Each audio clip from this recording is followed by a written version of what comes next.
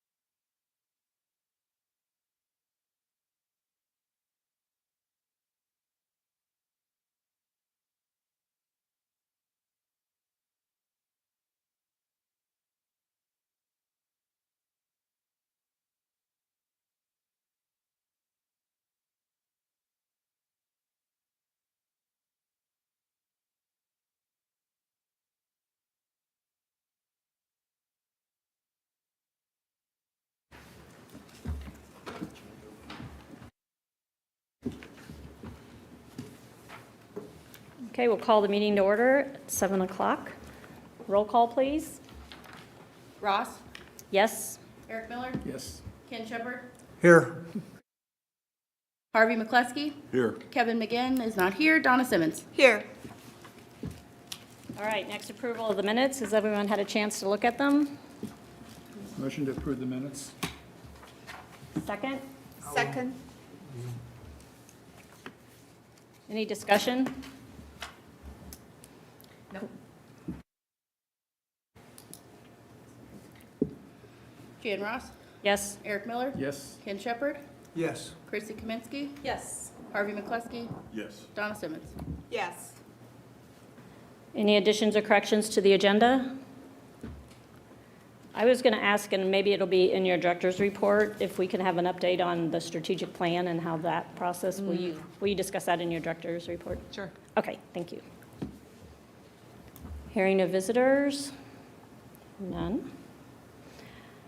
Unfinished business. So we have Brenda here who, if you would like to come up to the podium and address us, please. Thank you. Brenda, if you can state your name and title and that for the record. Yes, hi, thank you so much for allowing me to speak. My name is Brenda Johnston. I'm Executive Director for GRIN, or Gahanna Residents in Need. And I had originally approached some people about possibly having the swimming pool for a day or something like that for our summer lunch program. But after reviewing extensively old notes and notes from when the summer lunch program was part of the bridge, we decided that it was a lot of liability and too much for us to handle, and it's not really in our wheelhouse. But I do have something else I would like to speak with you about, if I could please do that. Okay. Part of feeding the community, I feel, is teaching them how to feed themselves. And the way that we would like to approach that this year is by working with Franklin Conservatory, Scott's Lawn Service, and a lot of different organizations in the community to plot and teach our clients how to grow gardens themselves. We feel like that is very important. We worked last year with All Saints Episcopal, their Gardens for All, and they came in and interviewed our clients and said, hey, if you would like to come to our place, we will teach you how to grow, give you seeds, a mini garden, so you can start something yourself. I want to go a little bit further than that, and I'm hoping to be able to work with some of the community plots that are in the community, such as Friendship Park, Hanna Park. I noticed last year at Hanna Park that a lot of the harvest that people put in just literally wasted on the vine. That killed me. I was calling the mayor. I'm like, is there something I can do? And she's like, Brenda, it's private. I'm like, okay, but do they need help harvesting? Because I just killed me to just watch those tomatoes, just drip, especially when we're trying to, give food away. So that is what I would like to do. If Parks and Rec could help us with any community lands, I would love to erect gardens in the most impoverished communities for the community itself to embrace. We help seed it and plant it, and then they would basically weed it and water it every day and harvest it in their community. I think that would be so helpful. And if they wanted to do it in their own homes, somehow help them set that up as well. The Franklin Conservatory can do educational programming on how do you plant, companion gardening, succession planning, whatever the clients would like to see. But I am hoping to get your permission to start seeking areas in the community, or maybe you have some ideas on how to pursue with this. But that is why I wanted to speak with you today, was to get your ideas and to kind of throw that out there. I am in the process of getting a lot of community organizations together, because I know we have a lot of garden clubs. We have Gahanna Community Congregational Church that also has raised beds and has been helping GRIN in the past and still helps us. They're doing hydroponics for winter growing, which is amazing. And Franklin Conservatory, I already said that. And then you, hopefully, and then Scott's Lawn Service, some, I think Oak Haven Garden Club is in this community as well. But just trying to figure out how we can do this to support our community. Okay. Yes. So I'll defer to you, Stephanie, maybe if you have some ideas. Sure. I think, well, first of all, thank you for being here. And I think right off the bat, just having communication with the, and I'm trying to look at you and That's okay. I get it. having some communication with the individuals who do secure the plots and explain to them that there is a resource and a need for fresh produce at Grin. I think that would be a useful dialogue, just the explanation that there's availability and provide the actual direction on how and where those specific items could be sent to. Okay. I think that's something that we can do fairly simple. We have a good base of individuals who often will secure those spots. And so just having that open dialogue, I think that's step one. As far as adding additional ones, that is something that we've evaluated. Access to water and then access to the space is something that is somewhat challenging. I think from the educational standpoint, we have a lot of staff with some great knowledge, our horticulturists specifically, and incorporating some educational opportunities to express how to do and to cure at home, I think is something that we could definitely expand our reach from that standpoint, from a program standpoint, but also continue to look at what opportunities there may be within park properties. So I think education with existing program, expand programming to access how to grow your own at home, and then continue to evaluate for what expansion we could do for community gardens. And I think that's 3 viable directions that we could help with. Do you ever have any plots that are not taken in the parks? We do Or at they- times. Okay. They're typically sought after to the point that we actually had to put restrictions on how many that you could secure. I see.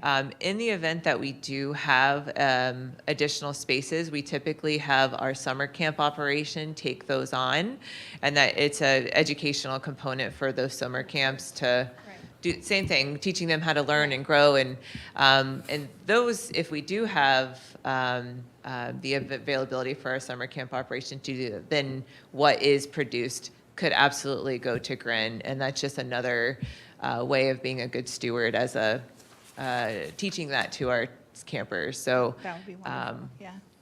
another avenue to take. And I know there was also a group that planted tomatoes, peppers, and I forget what other things in the pots on Mill Street. I'm not sure who did that, whether Parks and Rec had anything to do with it or if it was a private organization. But Mill Street was lined with all of these pots, and in them were peppers, tomatoes, and some spices or some herbs. And we got a call one day. It's like, hey, you need to go harvest. And we're like, harvest what? and we're like, sure, point us in the direction. And we did. And we did get a lot from that. So that was very interesting. So I was like, okay, there are all kinds of different caveats that we can pursue this. So, okay, awesome. Thank you. I really appreciate your time. Thank you. Thank Oh, you. did you want to ask a question? You can. Brenda, how many residents in your program do you think would take advantage of something like this? We see approximately 1,500 a year. So I would say, I know when we did the sow and grow, we only had 15 that were interested, like 15 families. 15 families?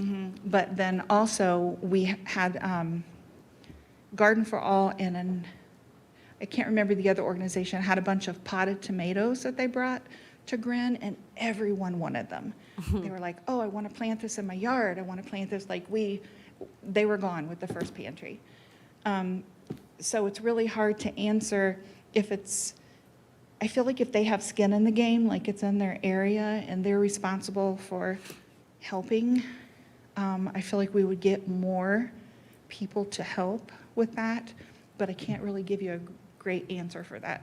And so as far as the location, it's not something that has to be centrally located. You want it more in their neighborhoods so they can walk there or whatever, because they have transportation issues. Yes, Correct, exactly. okay. You're exactly right. Right. Or even like if Friendship Park had extra plots or something, we do have a big area around Friendship Park that is in need. They would be able to walk there and to nourish the gardens. That was my thought process with the Right. parks, but yeah, so. I think it's a great idea. I agree. I agree, it is a great idea. That would be nice if we could work something like that out for the families. Have you worked with Pastor Rob at, I know Gahanna Congregational Church, Definitely do. does he have any areas that he could expand on so that that site could be used? Because they have quite a bit of land there. They do. And they have as many beds as they feel they can handle at this time. Right now, Rob is doing hydroponics for us in his basement. Right. And tent growing. And so we're getting fruits from that. Okay. But I also know First Baptist Church has a lot of land too. And Pastor Wally may be interested. I have not been able, I kind of wanted permission from you to pursue this before I dig in and start getting all the community involved. And if you're giving me that, then I will definitely set some kind of a meeting up and say, okay, do some kind of brainstorming, and then can come back with you, hey, this is what we have found. What do you think? Kind of thing, if you're interested. Great. Okay. Yeah, thank you. Yep, you're welcome. Thank you. Thank you. All right. Correspondence and actions, any? No? All right, new business, 825 Tech Center. We have our Senior Director of Operations, Kevin Schultz.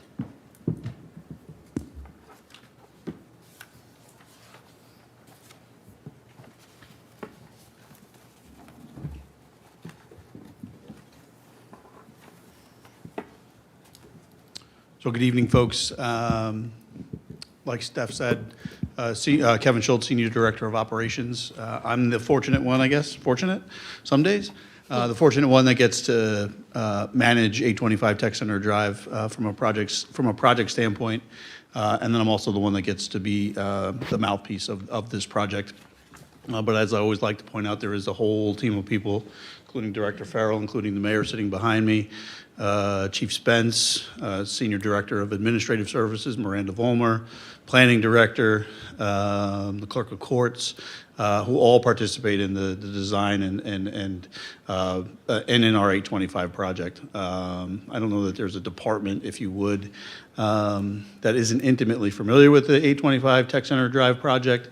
But what I'm here to talk to you more specifically about tonight is the senior center aspects of 825. Obviously, we can answer any questions that you might have about the program holistically.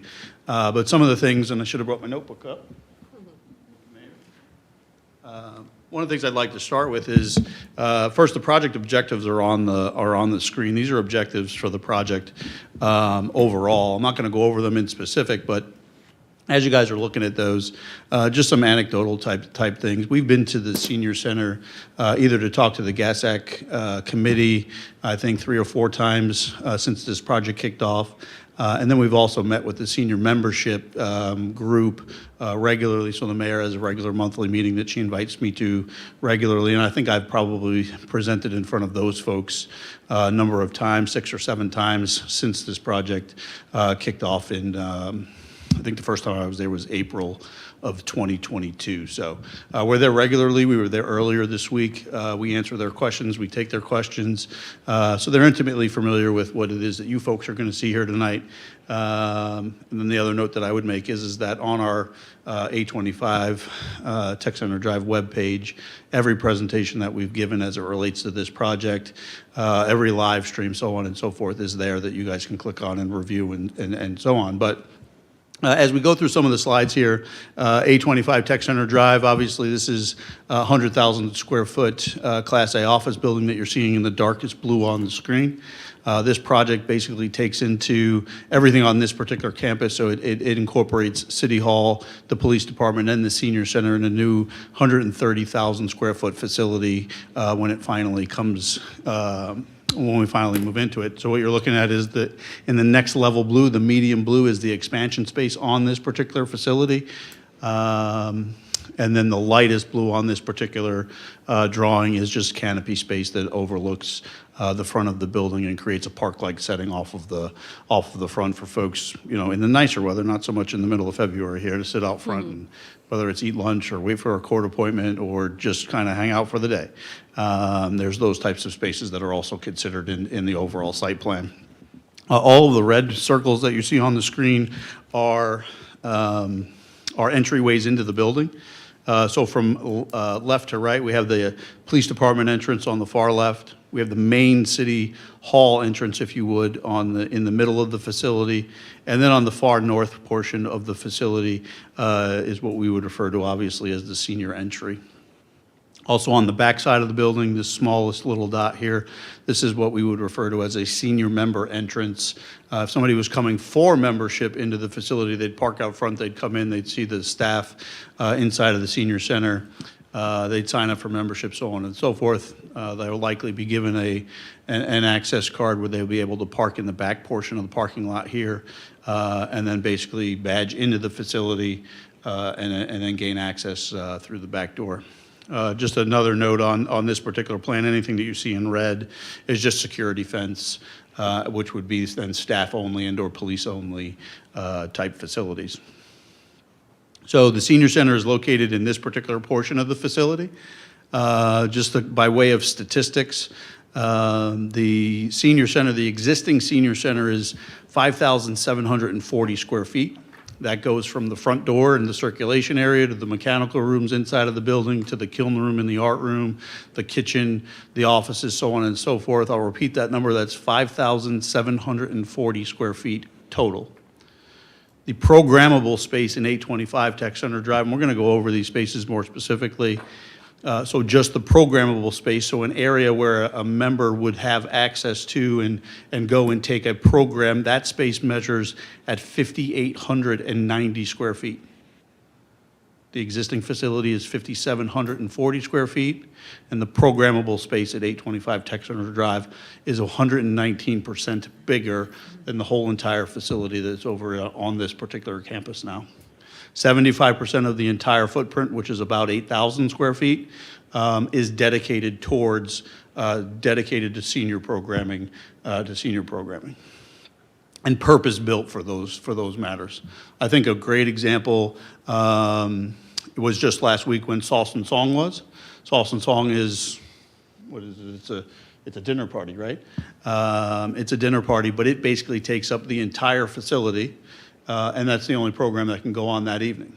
In this particular facility, and what you're looking at now on the screen is a zoomed-in version of the floor plan of the senior center. You can run 3 distinct programs in the Sauce and Song program inside of this facility on any one given night, right? So just kind of illustrating the usefulness of a modern facility, a dedicated or a purposefully built facility like this one, as opposed to some of the constraints that we have at our existing facility. Our existing facility is very nice for what it was, but this facility, again, is purpose-built for the membership to enjoy.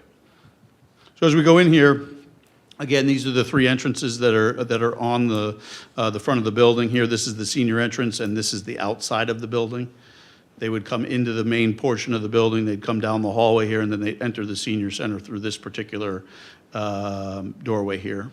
This is the back door, so if they were to park out back and badge into the back side of the facility, they'd be able to come through the back of the senior center and then access their membership and their programming in that particular regard. What you'll see next on the screen is we're going to go over what some of the different programming areas and some of the different spaces that are inside of the facility. So one of the things that the facility, and you guys used to have meetings over there, so everybody's familiar with the facility itself. But basically, the biggest room over there that's able to be divided in half is about 2,100 square feet in total, right? But there's no dedicated lounge. If the room is cut in half, what's the other program that's happening on the other side? In this particular facility, there is a dedicated lounge, which is the biggest orange box that's on the screen here. And then that space, I'm basically outlining that space now as an area that the seniors would have access to. This is the area that, this is the area of the country club that the membership would come, have coffee, read a book, do a puzzle, some of those more informal type things, the socialization that takes place in a facility like this. There's a long coffee bar in this portion of the facility, sink, ice, water, beverage fridges, so on and so forth. I did refer to it as a coffee bar, so there'll be coffee on the countertop, so on and so forth. And that's really the main area that the seniors will come into and probably enjoy the most. There's televisions in that area. There's an electronic fireplace, so there's a focal point off of the front here. And again, it's like that. It's the clubhouse of the facility. Some of the other areas directly off of that particular room that are now highlighted in green, that's the art room. The art room is about 15% bigger than our existing art room. But then the kiln room, as an example, which is the second green box in the lower right portion of the drawing here, that is, it's a kiln room that's capable of holding 2 kilns, and also built for safety and security and those types of things, places to dry your pottery, so on and so forth.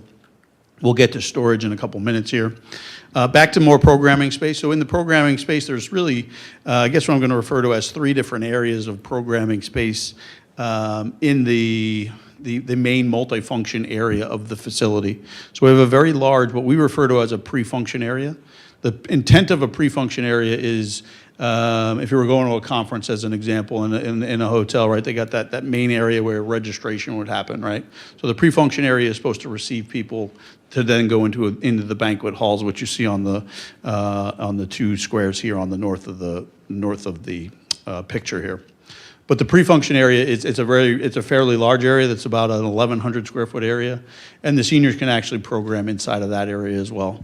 For some reason, and I don't know that the book club ever actually will meet in this particular corner, but we consistently refer to this corner of this particular plan as the book club, right? So maybe there's some raucous seniors, because we know how they like to party, are taking place here in the lounge. Those puzzle makers. But the book club needs a little bit of a quieter space to go and review the reading for the week. They're able to come out here, sit in nice lounge type furniture and have a conversation about the week's reading, so on and so forth. The top 2 rooms here of the multipurpose facility, one obviously is showing you guys it's set up in banquet style. And then the other side is showed up more as audience style, more similar to what we may be seeing in this particular room today. We could set these rooms up in classroom style, right? So maybe we have some tables like Director Farrell and I are sitting at now, and you're really taking a class at that particular point. The other space that I'd like to point out that just got highlighted on the screen is the demonstration kitchen, right? One of the numbers that I gave you as far as programmable space in our existing facility is that's not counted, that I did not count as programmable space in our existing facility, is the kitchen, right? Because the kitchen is not, it's a working kitchen. You go in that kitchen, you heat up food, you're basically putting it on a table for a buffet style meeting or conference. But in this particular facility, there's televisions, there's cameras, there's audio, so on and so forth. So a cooking class can be going on in this particular area with tables set out this way facing this dotted orange line.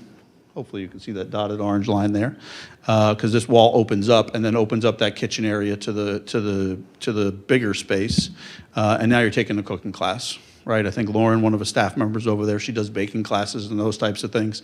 I didn't know that until a couple weeks ago when I was over there, so I got to go get a cookie. But we can have a cooking class over there. I think latest thing, I think she made bread this week earlier, I think is what I heard. So, but again, the seniors can participate in that particular activity as opposed to being behind basically a small little reception window in the facility itself. So as I continue to go here, storage inside of the facility is also purpose-built. So off of the art room, there's a very large storage room. There's a storage room off of the main lounge area here. And then there's also another large storage room off of the the multi-purpose room where the tables and chairs, other equipment could be stored for programming, so on and so forth. The other note that I'd make, which is different from our facility currently, is directly above this on the second floor is the Parks and Recreation Department, and there's other storage inside of the facility, inside of the facility, so if there was some overflow stuff and stuff that could be stored upstairs that, seniors didn't necessarily need to touch every day, there's also opportunities throughout the building to store a variety of different materials. Through the middle of the drawing here are the restrooms. The restroom facilities are available off of the pre-function area. So if the facility was rented on a weekend, the bathrooms would be secured on the backside, so these doors would be locked. And the renters would have access to the restroom facilities, but then they wouldn't have access to the senior center proper through this back set of doors. So they're basically, I guess, double-sided, if you would. Yeah, they're double-sided. And then one of the other things that's also that we were able to do in order to achieve the increase in programmable space, some obviously other spaces, right? Because the facility itself is only about 40% bigger in square foot profile, but it's tremendously larger in the programmable space that's available to the seniors. And in some of those instances, what had to give, right? So we were able to reduce the profile that staff actually consume currently. There's actually a rather large profile over there now. And it's not that there's not desks or ample offices or those types of things, but there's space throughout the rest of the building, again, directly upstairs that if somebody needed to, set up a field trip or do something like that and they needed a quieter space, there's space inside of here for that to happen, but then there's also workable space upstairs where staff member could come and actually use that other space or that additional space as a secondary work or workspace. What we'll see next here is some of the interior parts and pieces of the senior center. So right now, if we were to go over there, what you would see is a lot of steel 2x4s up that actually are framing the space currently.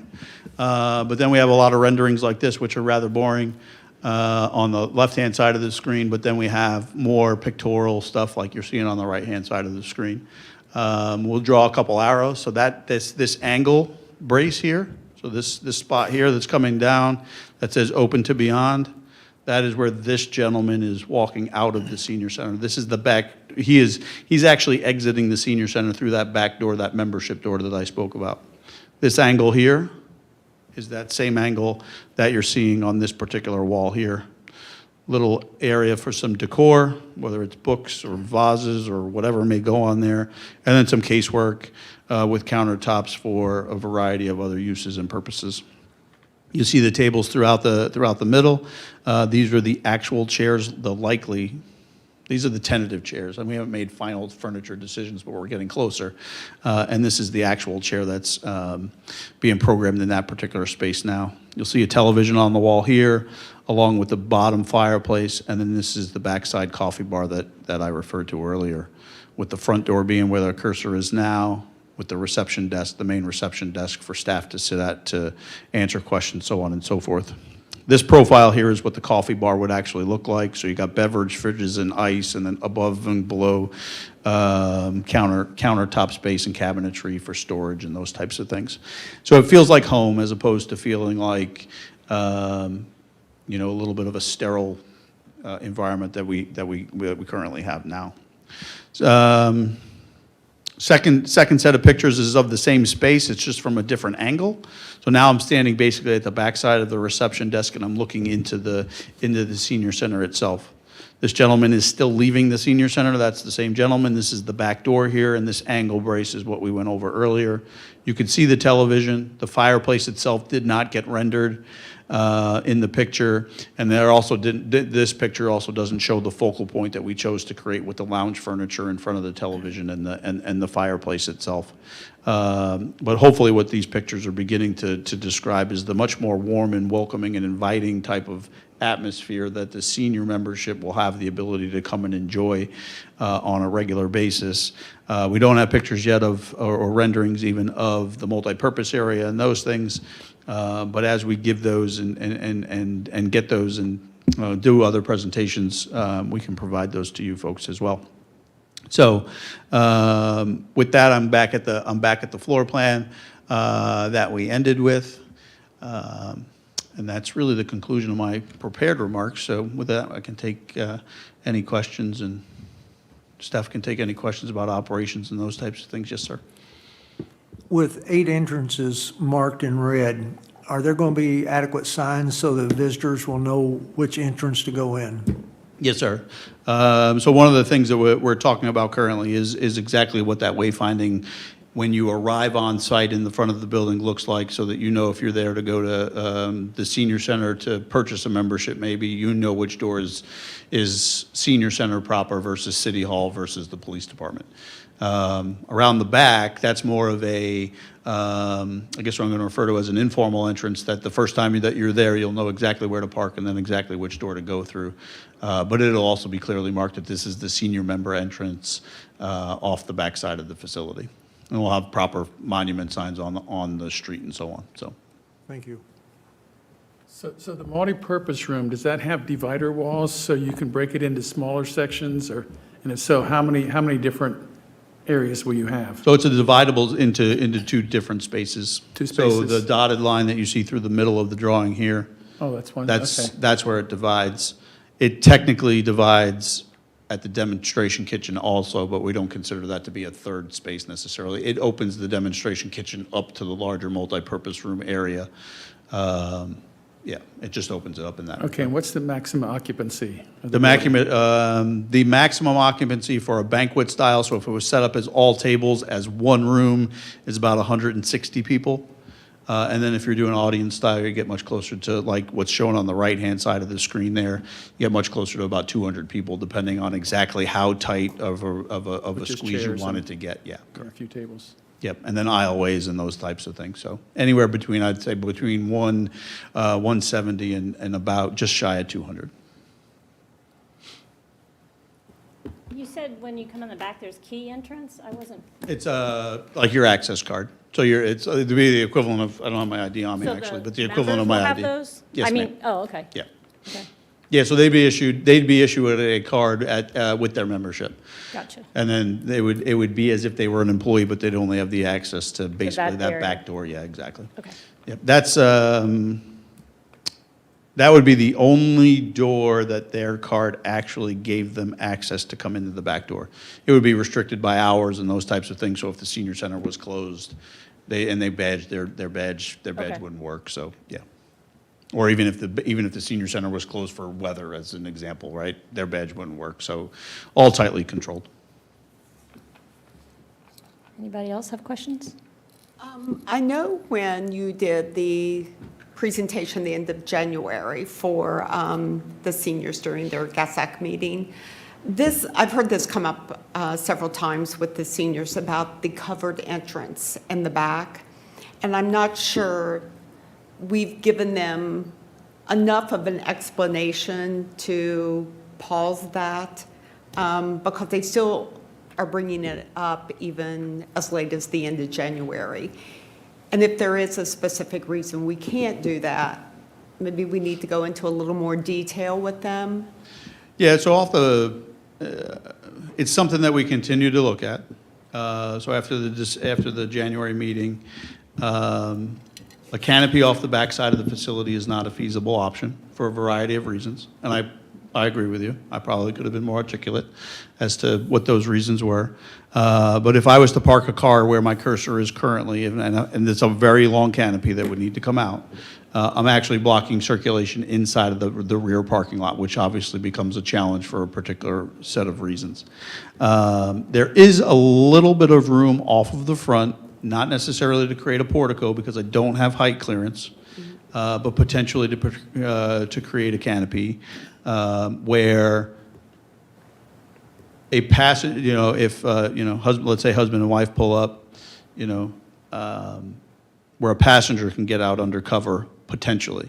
That is, there are many considerations in that particular regard, because the canopy I want to say is about 11 feet tall right now. So the actual canopy that is being built, that's the lightest area that you're seeing on the screen there. And I need to be able to turn a fire truck underneath that canopy without it getting run over or hit or anything like that. So there are some challenges that the architects have gone back and are looking at. But it's still, I will say this before this particular group right now, it is still unlikely that we would have the ability to build that canopy off the front. It is a question, though, that comes up in every presentation that I give over to even the membership. It came up, we were just there yesterday, and it also came up again yesterday. Well, I know for some of those individuals that are on walkers, if it's a wheelchair or something like that, and I know from having a mother that went through all these things, I would pull up, have to get out of the car and get her wheelchair, her walker, to Yep. get her in. Correct. So if there was any way that we could possibly do this while we're doing the design in the building, it would be great. Sure. And like I said, the architects are still looking at it. Okay. They're still looking at it. We just can't make a commitment at this point that basically says that we're doing it. And it was after the 28th, I came back, January 28th, came back, had a conversation with the mayor, and the mayor said, well, they really need to look at it again, Kev. So they're looking at it again. Thank you. I appreciate that. Yeah. You mentioned that the kitchen is bigger, much bigger than the existing kitchen. Will it be equipped with like commercial refrigerators and stoves, and so caterers can use it and? Correct. prepare? So it's, yeah, there's wall stoves. There's the big range hood for the demonstration portion of the kitchen itself, but then there's commercial refrigerators and those things. One of the things that didn't necessarily come through in my picture here, I'll actually get back to it here. So you have the demonstration portion of the kitchen off of the front of the facility, but then there's also a butler's kitchen off the back where a caterer would be able to go and work and be in a little bit more of a private area, and they obviously have things that, you know, probably their guests don't want to see, so on and so forth. The wall here would be closed, but there's also the backside of the demonstration kitchen, which functions more as a working kitchen, similar to what we have now. So I guess this is a question more for Stephanie. So will this be rented for like weddings or just mainly for seniors only, or is it going to be? We'll program it, of course, for seniors, but it is a rentable space. So we do anticipate that it'll be used for any type of gathering. For 160 people, you can, weddings and everything. Yeah, be ideal. You might want to consider weddings, because I know the sanctuary is booked up about 12 months in advance. So this might be an alternative if somebody couldn't get into the sanctuary. And believe it or not, there's weddings happening at the senior center today. So this will be a larger space with some more advanced technology. So, yeah. Is it a senior wedding? Oh, I'm sorry. Is it a senior wedding? Oh, I hope so. I don't know. Maybe. Anybody else have anything? What we'll do is we'll plan to come back later in the year here and give another updated progress report on exactly where we are with construction, so on and so forth. So, well, if you'll have me, maybe I'll just let Steph do that presentation. So, You're Thank always you. welcome. thanks, guys. Thanks. Thank you. All right, so next, Parks Division update? So we've, over the course of many months, we've been giving some updates around recreation operations. But we've neglected the Parks Division of the department, which does a significant amount of work and puts a lot of effort into many, many different things. So we have our Parks Manager, Zach Guthrie, here to give an update.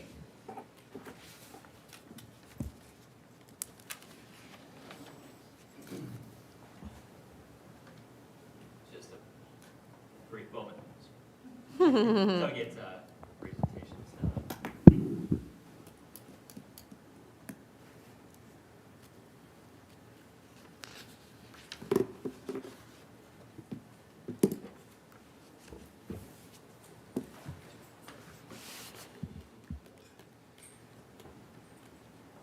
Well, thank you for having me. I'm Zach Guthrie. I'm the Park Operations Manager with the Parks and Recreation Department. So I can give you a brief overview of the Parks Division, talk about a few changes that we have, operational changes that we have that we came into this year with. I'll talk about a little bit about how we've come to that and give you directly talk a bit about some of the daily tasks and the weekly tasks we do. So this is part of our team. This was taken about a year ago with Julie Perderi, our city forester. Last year, she was named 30 under 30 by NRPA. So this was when we celebrated her being awarded that. So as a Parks Board, I know you're familiar with our system, but just giving you an overview of what we are, the Parks Division specifically. We operate and maintain our whole system. So that's 800 acres of parkland. We have 2 aquatics facilities, 5 total pump rooms. So we have, including Creekside, GSP, HRP, we operate a total of 5 pump rooms. The golf course, Gahanna Woods State Nature Preserve, the dog park, 20 miles of paved trails, 50-plus park properties. So not all of our active parks are those that you see. So sometimes we mow, we maintain, we may mow prairies. We do different maintenance at different properties within our system. In just over 50 of those, 17 playgrounds we maintain, 3 athletic facilities, our senior center. We manage our city tree canopy. This year, we were funded for the street tree program to continue to increase in what we do there. I'll talk a bit more about that in a minute. We're now up to, once we fill all of our positions, we'll have in parks alone 25 full-time staff. And then with 30 plus part-time and seasonal, when in fact we now have golf under our fully under our operation as well. And then new this year as well, we've taken over the contracts for the city entryway, so the maintenance with that. So we typically a contractor, and the contractor will still be doing that, but we'll have a heavier hand in how that's done this year. So our 5 main parts of our 5 main operating crews. We have our parks crew. I'm going to speak kind of just generally at a high level. I'm not going to get into like all the daily tasks they do, but parks are the grounds. They mow, they deal with the athletic fields, parking lots. They deal with the multi-use trails. Some of so anything within the park that you see, some playgrounds, the surfaces of the playgrounds. Facilities, all of our shelters, all of our pavilions, our indoor rental facilities, our pump rooms. So anything that's a building or a structure, they help maintain that. So parks and facilities work closely together. And there's some of those crews sometimes work with each other. For example, some folks that work in facilities 2 or 3 days a week, they might mow 2 days a week just to help our operation get the work done most efficiently. But the parks and facilities foremen work hand in hand with the superintendent within that operating crew. So they're kind of like a offense defense as part of the same team. And then arbor and horticulture, they're similar parks and facilities. They have one superintendent that guides their work and works with them. So arbor and forestry, anything that's trees or tree canopy, whether that's within our parks, within the right-of-way, the streets, arbor maintains that. And as mentioned with our street tree program, a lot through contractor this year as we build our team and continue to build our staff. We'll be doing more prunings. We had the tree program where we work with some of the invasive pears that are along our streets and right-of-ways. But we also have a lot of those funds are going towards replacements. So last year we planted over 300. So last year we planted more than we took down. It's a proud moment in my 13 plus years here. I don't think that's ever happened. So it's a proud moment for Julie to be able to get more trees in the ground than we took down. So not just dealing with problem trees and hazard trees and invasives, but also putting trees back into whether it's the right-of-way or within parks. And then horticulture, they work with arbor hand in hand as well. So they deal with landscaping, all the plants and beds. They work with our community gardens, as Brenda talked about. So we have a horticulturist on our team that plans all that out. We work with volunteer groups, Make Gahanna Yours. We work with them several times a year. Donna helping organize that and get to work with other groups, deal with invasives or prairie management. We're working every year. We add more and more acres of prairies, so replacing mowed areas with native species. Horticulture team helps manage all of that. And lastly, our golf course. We have a superintendent over there, and we have a relatively small crew that works over there, but they're very dedicated. Very proud of our golf course, our 9-hole course. Another banner year last year in the revenue, number of golfers. new car path there. It was exciting for them, adding some more golf carts there. So we continue to improve over there. And our superintendent's been a long time part of our team. So we have 3 full-time, including the inside of the operation. We have now assist with that operation. So not just the outside, that's what we previously did, was manage the outdoor maintenance. The inside part of it is going to be part of the superintendent's responsibility within the golf, including all the seasonals, all the rangers. So that's where our numbers continue to grow in terms of part-time staff as a result of that.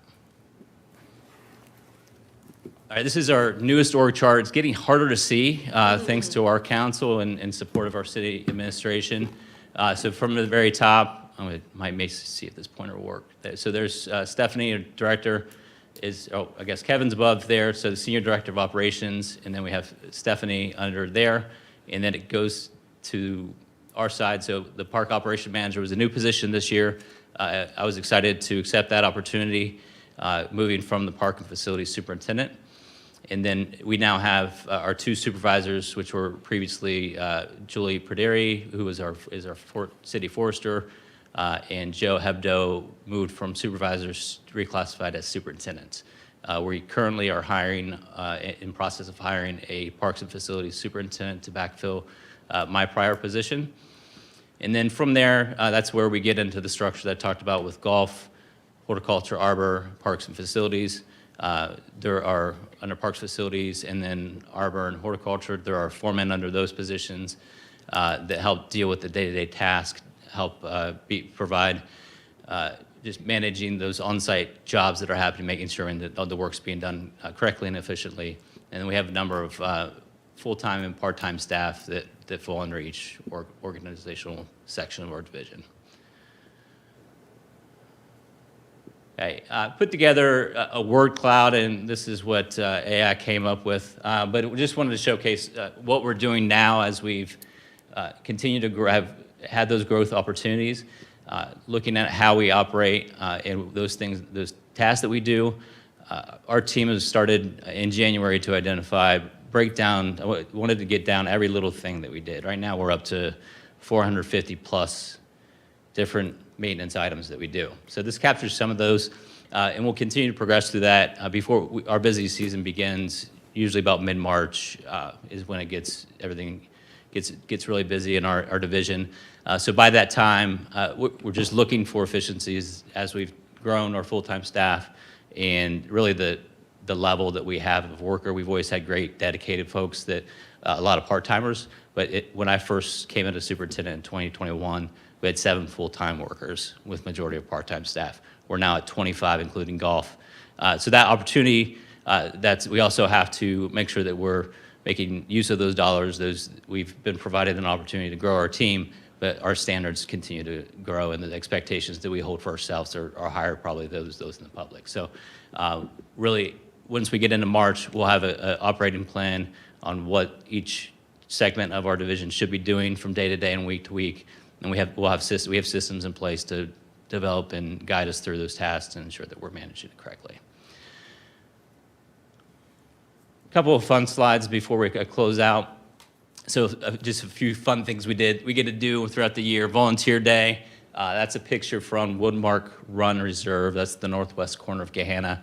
It's about around 10 acres. I think we ended up developing about a quarter to half mile nature trail through there the last couple of years. So we've worked with Columbus Academy faculty and staff with 200 volunteers helping us during a morning.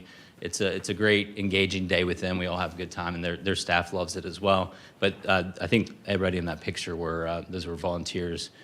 Made sure that the right PPE and had some string trimmers, and we're just getting into some undergrowth there in that woods. Goblin Fest. Most of the parks team there, some rec, carving some pumpkins, having some fun together. And then a few times a year on the right or left, whichever way you're looking at it, some of our team, we go through the creek and we look for hazards down trees that may be dangerous to paddlers in the water.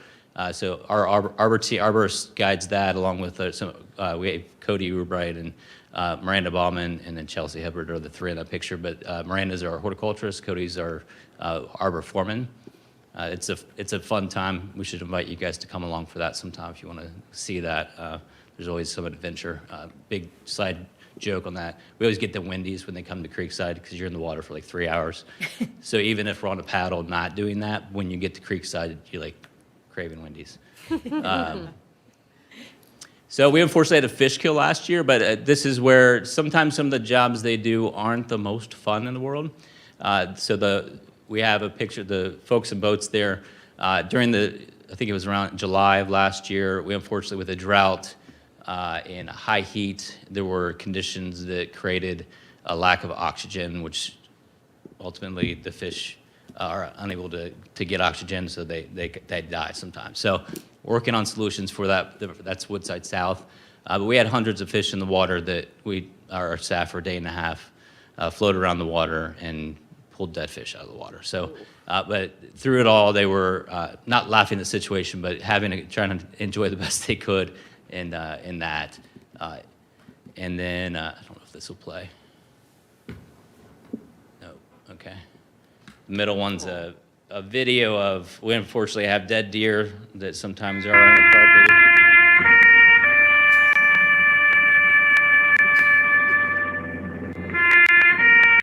So we allow them to have fun. They made like a little video of that internally and properly buried the deer in the wooded property, or I think that was Southwest floodplain.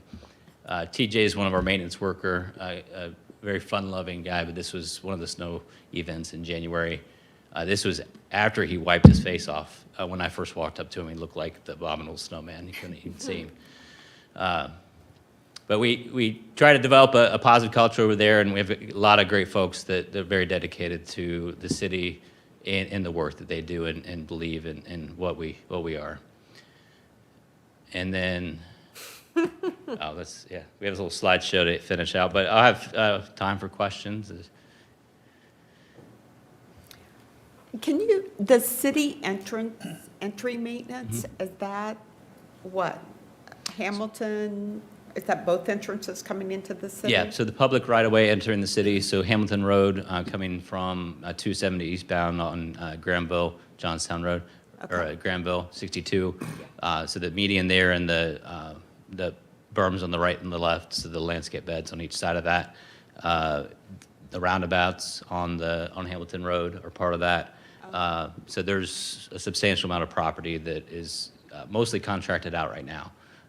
By Brightview is the contractor for that. So what will we absorb in those two? We are managing that contract. So it's actually tomorrow, we're meeting with that contractor to go over their plan for the year. And we'll be there to just check them, ensuring that they're following through with what they should be doing within that contract. But as we learn about those properties and see the contractor work, we look for efficiencies and ways we can improve it. I would use an example of they throw down fertilizer twice a year.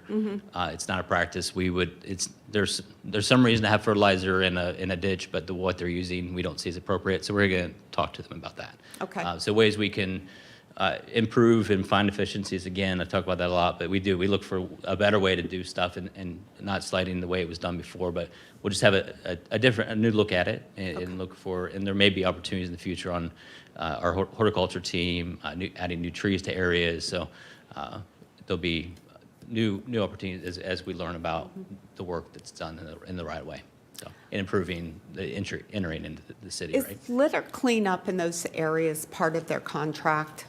And I know you know why I asked. Not regularly. There's a spring. There are specific cleanup periods of time that it is.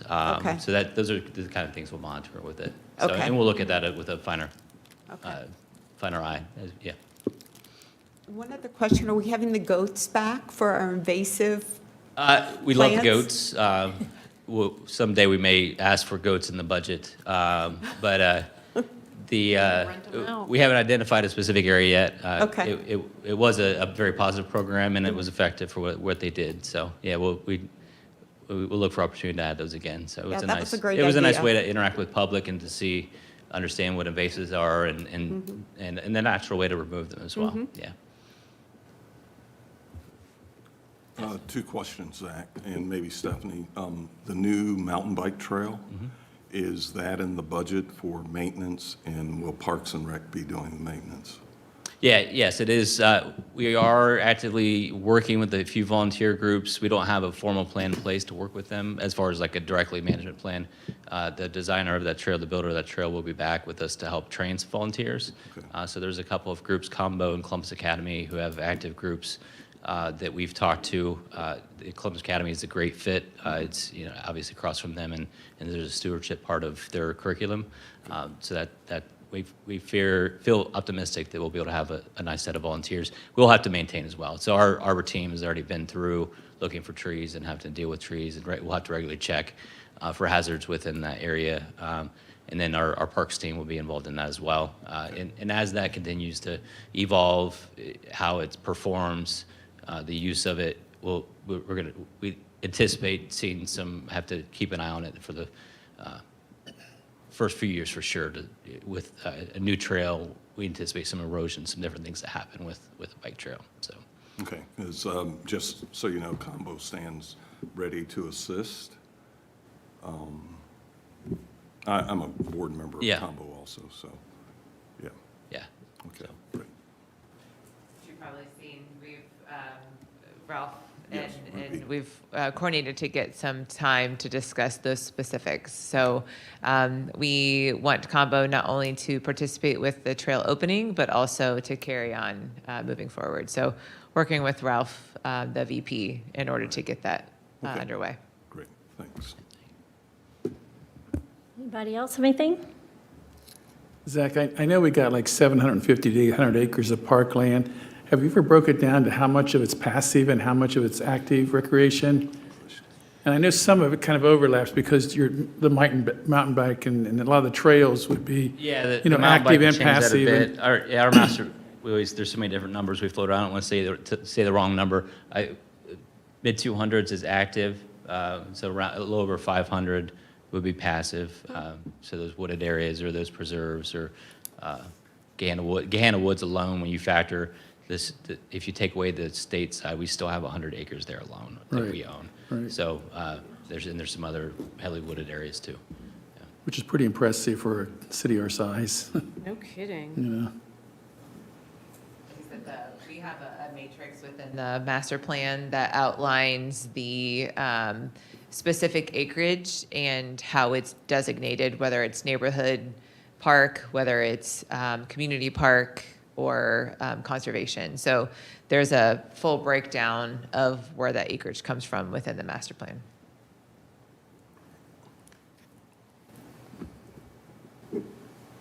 Well, thank you very much. Thank you very much. I will take a opportunity to give some praise to Zach and his team. So obviously what was just presented was a very short presentation around some of the things that we do. That's clearly not the full scope of everything that's accomplished. There was an opportunity for Zach, as well as 2 other staff members, to present at our state conference. The presentation was focused on building culture through challenge. Zach took over the Parks Division in a little after COVID, 2021. Is that correct? With some multiple challenges, different directors. I was new in my role, so dealing with me is a challenge in itself.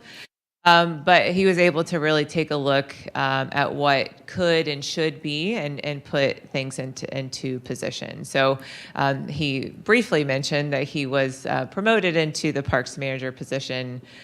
Those are just a few of the reasons why he was a good fit for that role. So very proud of everything that he's done, and obviously continue to look forward to how we continue to progress and grow. There's a lot of initiatives that we want to see come to fruition, and we've already made some great groundwork on many of those, but there's still many more to come. So just wanted the opportunity to tout that.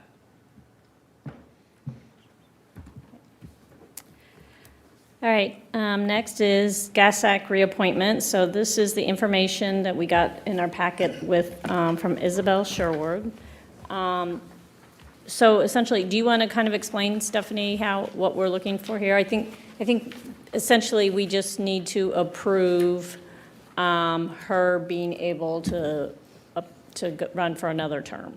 That's correct. So as part of GASAC's bylaws, no members can serve more than 2 consecutive terms, but there is a designation that they can present a request to the Parks and Recreation Board in order to serve another term if that member is willing to.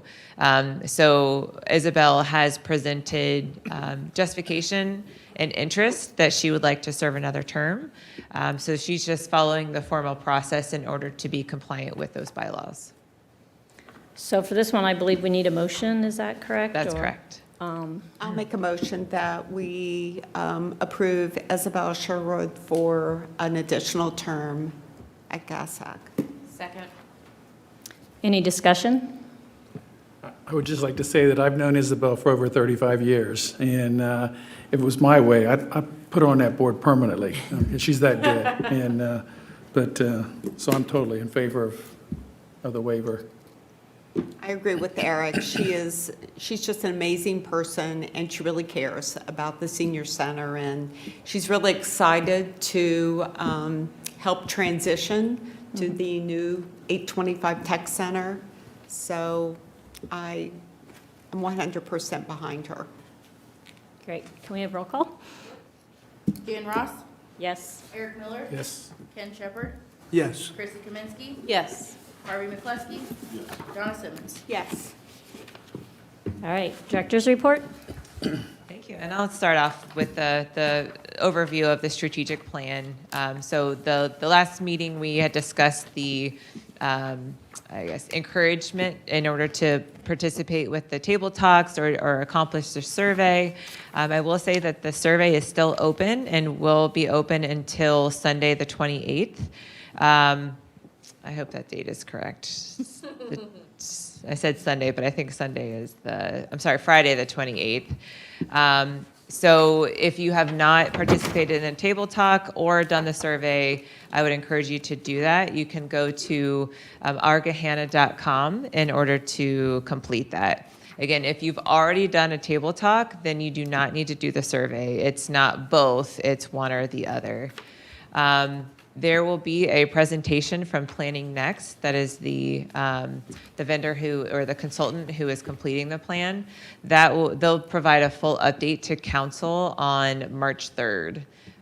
Council presentations are virtual if you want to watch it from home, or they are part of the YouTube channel if you want to view it after that particular date. And I had one follow-up question from last time. I think, Chrissy, you had asked who was on the steering committee, and we were directed to go to that website, but that website actually didn't state who was on the steering committee. It just stated there was a steering committee, so I don't know. I will request for more information from our Senior Director of Administrative Services. And Nicole sent me the page that has that, so she might be able to forward that to Oh, all of okay. us. Yeah, because I had a hard time finding it as well. Yeah, I couldn't find it anywhere, so, okay, yeah, if you could Makes me forward feel it, that would be better. great. Thank you. Great. I'll move on. This is not part of the report that you have within your packet, but it's noteworthy. On March 2nd, there will be a bicycle repair man day at Hanna Park from 1 to 3. Many of you this name may sound familiar to you. Denny Oswald, he was a very active participant of BTAC, the Bicycle and Trails Advisory Committee.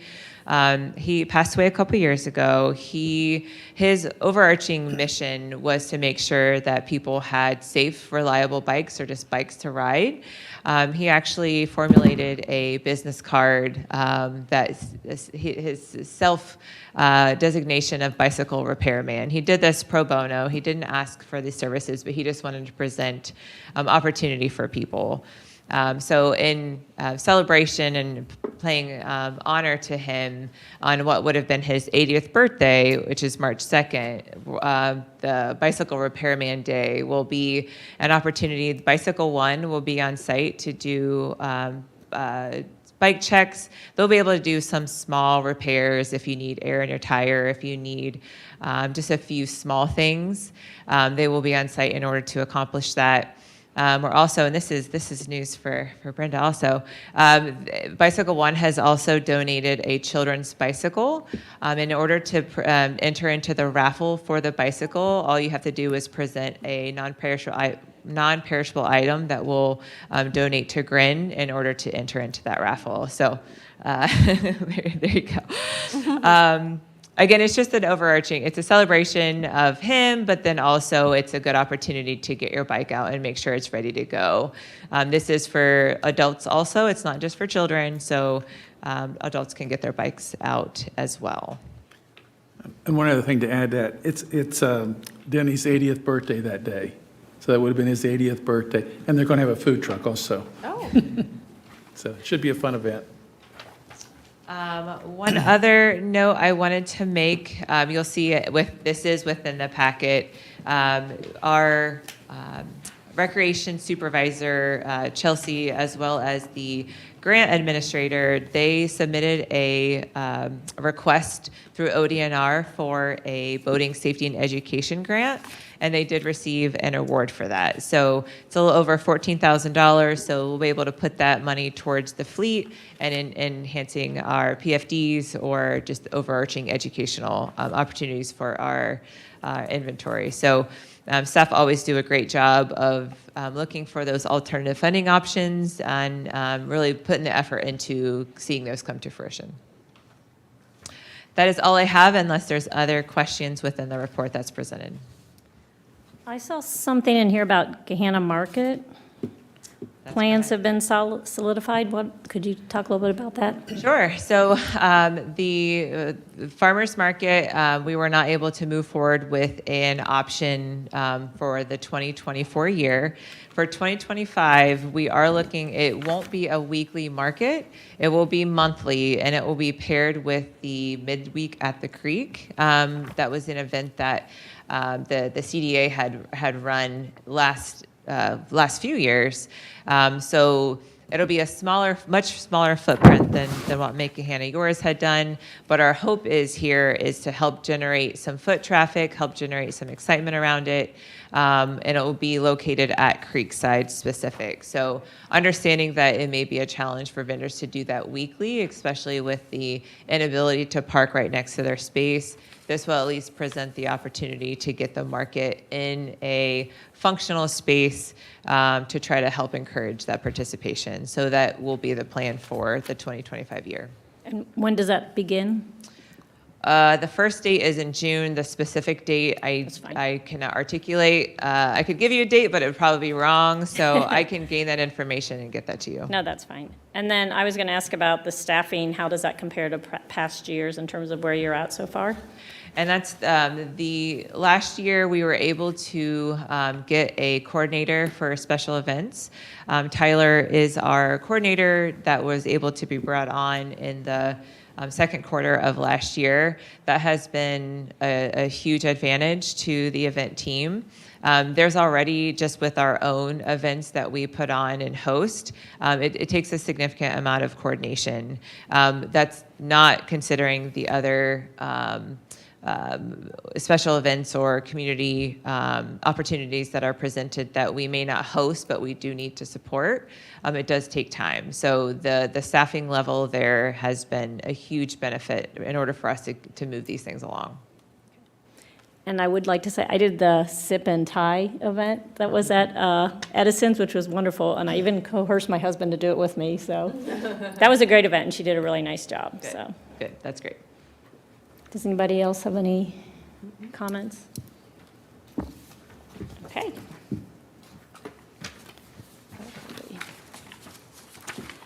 All right, so we are down to committee reports.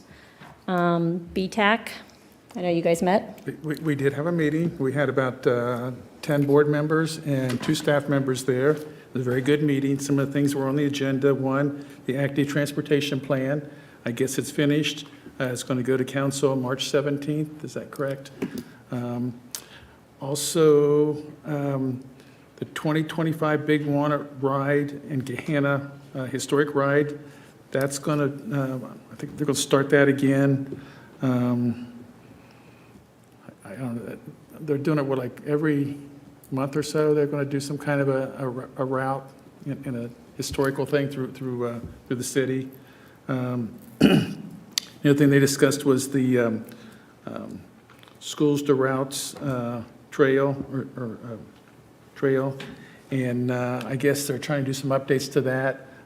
Some of the concerns were kids on Klotz Road, Cherry Bottom, and then also Granville Street. And so they're going to try to make some updates to the Safe Schools to Routes program. Another thing that was brought up was the Academy Bike Mountain Trail. And one of the residents had some concern about how the current bike trail, walking trail, crosses the mountain bike trail in several locations, and she feels it's dangerous for people that are on the walking trail, have bikes flying by them and everything like that. And so she had some real concerns about, how we could address making people aware that, that there's, they got to stop, the mountain bike people got to stop when they come to the other trail where we have, people pushing strollers and riding bikes and jogging and stuff like that. So I think Stephanie's going to try to address that with some signage and stuff like that. But that was her concern. Big one at Section 8, that's still a work in progress. The link to literacy, there's some discussion about lighting a trail along the back of where we're going to go to the library. Also, there's concerns about being on Hamilton Road and the traffic on Hamilton Road and how they make that a safe route to get to the library. They're going to do some updates to signing on the Big Walnut Trail. And other than that, is there anything else that I missed? I just kind of followed their agenda. So, but it was a good meeting, good group, a lot of discussion, and so that's all I have. Great. NRAC We didn't meet. and GASAC? We met January 28th. Each of you should have the minutes from the meeting from that day. And you should also, in your packet, have the senior spotlight and the activities for March and April. Senior Director Schultz did his presentation. And then Brian Houston was there, and in lieu of Annette had her baby. And so he addressed some programming and things like that for the senior center. They are an active group, and they really love to get together. I told Stephanie that we're probably going to have to hire some more people, staff for the senior center, because they want activities like into the evening and things like that during the summer because it stays light longer. But anyway, they're a fun group. Our next meeting is March 18th at 3 o'clock, if anyone would love to have you. That group has come a long way, it seems like, and like, They are, yes, their meetings, they're interactive, great. and it is great. They really, and they have a new van. So they're really excited about that. And then they have another one coming later this year, so. Full members for comment, so I'm just going to go down the line. But first I'll do Parks and Recs Foundation. Any updates from there? Nothing to update. Okay. Veterans Advisory Committee? Becky Nealon's getting an early start on putting together the program for Memorial Day. She's got a guest speaker lined up for sure, and we'll probably meet, I'd look for us to be meeting next month to start putting together the final agenda. Great.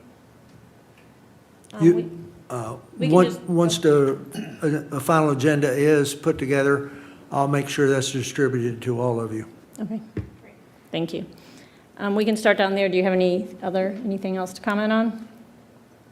Donna? I wanted to our Parks Department is partnering with some middle school students and high school students and Make Gahanna Yours on Earth Day, which is April 19th. Yeah, Dr. Deagle invited Stephanie and Make Gahanna Yours to do a presentation to her advisory group. And there are 3 individuals that did presentations, and they chose our Parks Department and Make Gahanna Yours. So we'll be partnering together. Great. Yeah. Eric? I attended the Gahanna Soccer Association meeting last Wednesday, and I just have a couple things I want to mention about that meeting. First of all, it's a very dedicated group, good group. They're very informal. They had a couple concerns. One concern was, and I think it's a pretty big concern, and I've discussed a lot of this stuff with Stephanie beforehand, but I guess there's a group of players and coaches coming from another association outside of the city and using our fields. And they're concerned about that. And so I told them, well, maybe they should just reach out to them and say, look, these are fields for our residents and our players. And then I also talked to Stephanie about the field use agreement that we have with GSA, and we don't have one with them. So she's going to address it with, I guess, GSA. Another thing they were concerned about is their security cameras are currently not working. So Stephanie's going to work on getting in. And Zach, I think, is even going to be part of that. First soccer game is March 28th. Registration, they still have a couple weeks to go. The numbers are down a little bit, but they think between now and the end of registration, the numbers will be probably about the same as in the past. Another thing I asked at the very end of their meeting, I asked them, I said, are you getting the support that you need from the Parks Department? And all of them said yes. The Parks Department's doing a great job of helping them with their needs. They mentioned Zach in particular, Chris, and Jim Ferguson. So that made me feel good. But other than that, I plan to attend their next meeting, and so I'll report if there's anything new. Are they still planning on attending ours too, or? He said he was planning to be here, but I told him, if he could watch it online if he Okay. wanted. But if he had any concerns, Okay. let me know, and I'll address the board with him. Okay. So, When's their next meeting? they meet the second Wednesday of each month. Okay. So. Harvey, do you have anything? Nope. Chrissy? Thank you, Nicole, for putting this together. This will be very helpful in the future. The donation request, that's all. Okay. Do I have a motion to adjourn? Motion to adjourn.